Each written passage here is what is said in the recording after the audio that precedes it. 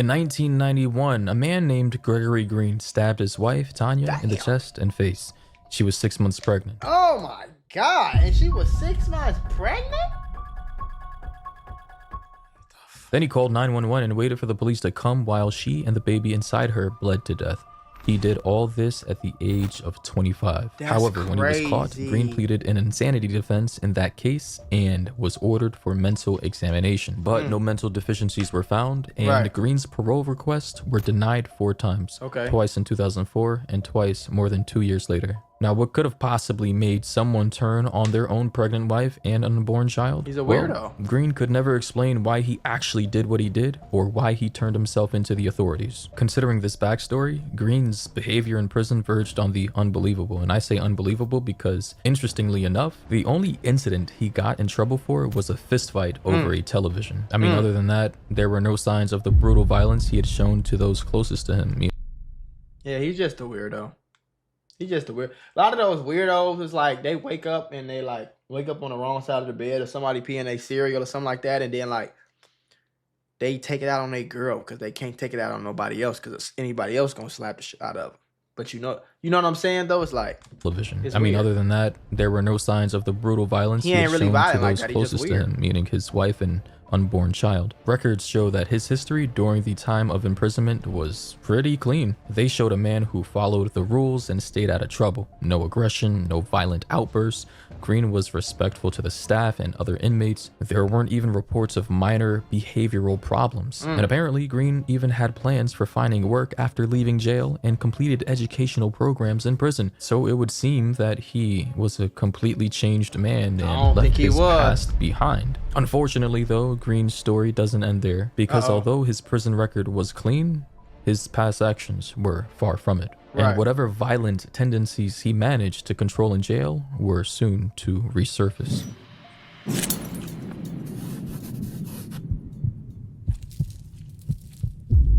Oh, damn. It had been 16 years since murdering his first family, and Green had managed to be granted parole. Aside from his unbelievably good behavior, there were other factors that helped him get released. Family and friends, including a pastor and civil rights activist called Harris, fought for him to be free. And the pastor, Harris, had previously been friends with Green and shockingly described his past murder as a simple, and I quote, mishap.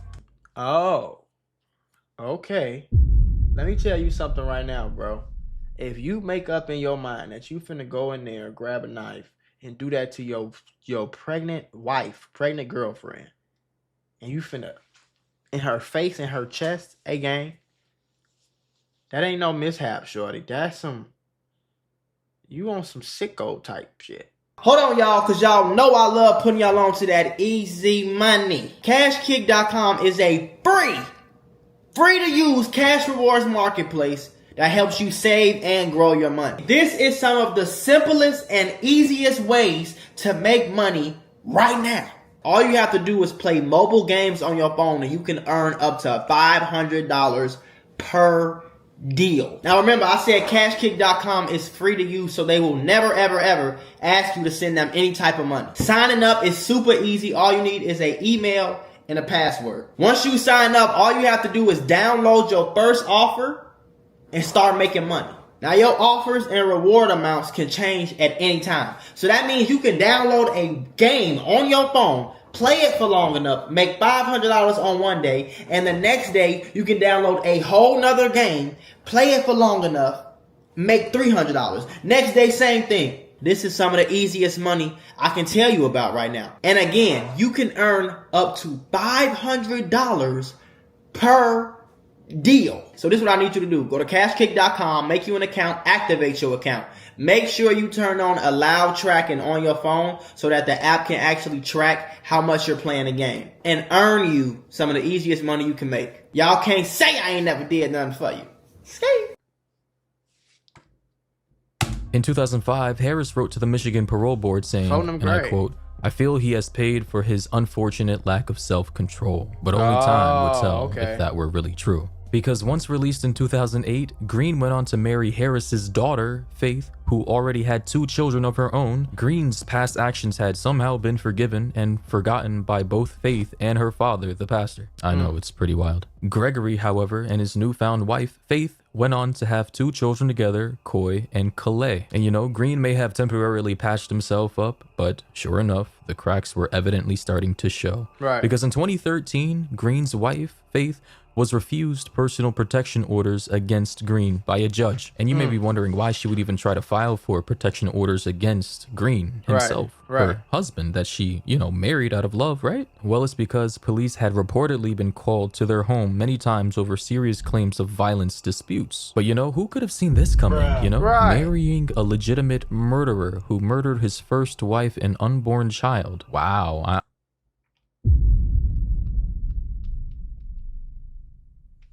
What's going on, bro? Like, that's not making no type of sense. I'm actually shocked. In any case, in 2016, Faith decided to file for divorce against Gregory Green. And nobody really knows what went through Green's head as his marriage was on the brink of collapsing. Oh, we know.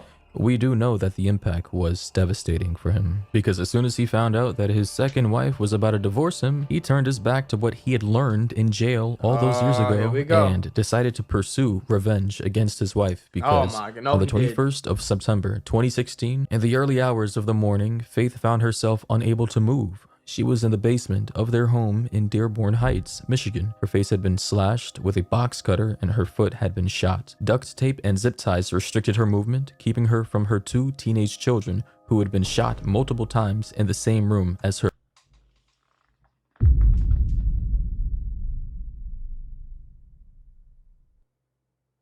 Bro, what in the hell are we watching? That's crazy, bro. What the fuck? So he unalived his pregnant wife, went to prison for I don't know how many years, got out, got married, started beating on his wife again, his new wife. Then she divorced him and he unalived her and her 2 kids. Ain't these his kids too? What the Bro, this but sick killing as his hell, 17 bro. and 19-year-old stepchildren and torturing his wife was only one part of the atrocity, because even Green's own biological daughters, of which he had with his wife, hadn't been spared by their father. Investigators who were on this case found a tangle of plastic tubing with duct tape around it on the car's muffler. This device had been rigged to release deadly carbon monoxide fumes while Coy, aged 5, and Calais, aged 4, were inside, according to prosecutors at court. The little girls were said to have been asleep during the whole ordeal and therefore died in their sleep. Or at least that's what their mother hoped. Bro, this shit is sad as hell, bro.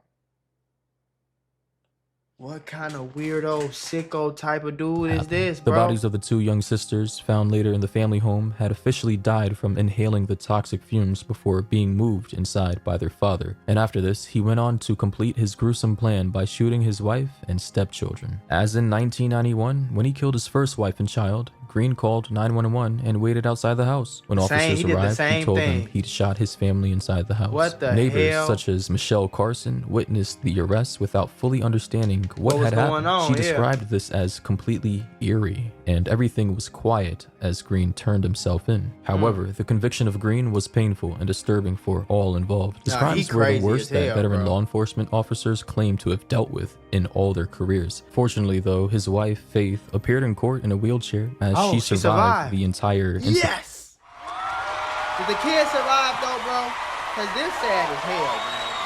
I ain't gonna lie. Green at least she survived though. Pleaded utterly guilty and confessed to everything he had done, at times through tears. Yes, this guy was actually crying. And interestingly enough, while shopping at a Home Depot a week before, Green planned the murders of his 2 youngest daughters. According to info gathered from this case, the piping he bought there would allow him to alter the exhaust system in order to poison them with carbon monoxide when they were inside his car. All of this was explained by the assistant prosecutor. And you gotta be sick as hell to think that. Like, that's I know crazy, some of you may be confused as to what that may look like, but just imagine getting a long piece of pipe and connecting it to the exhaust of a car, and then routing that pipe up and over the trunk and then putting it inside the back window, rolling up the windows, and then sealing up any part of the windows that may let fresh air inside. Right. I know it sounds like a pretty brutal way to go out, but Yeah, based that's on a what I've been able to sick gather ass- online, carbon monoxide overdoses or poison are typically painless as it knocks you out and Yeah. renders you unconscious. Unconscious, In any and then you case, just Faith pass Harris's away. doctor told her she has short-term memory loss about some details surrounding the slaughter of her children. Unsurprisingly though, she suffers from post-traumatic stress disorder and nightmares, as she explained in court.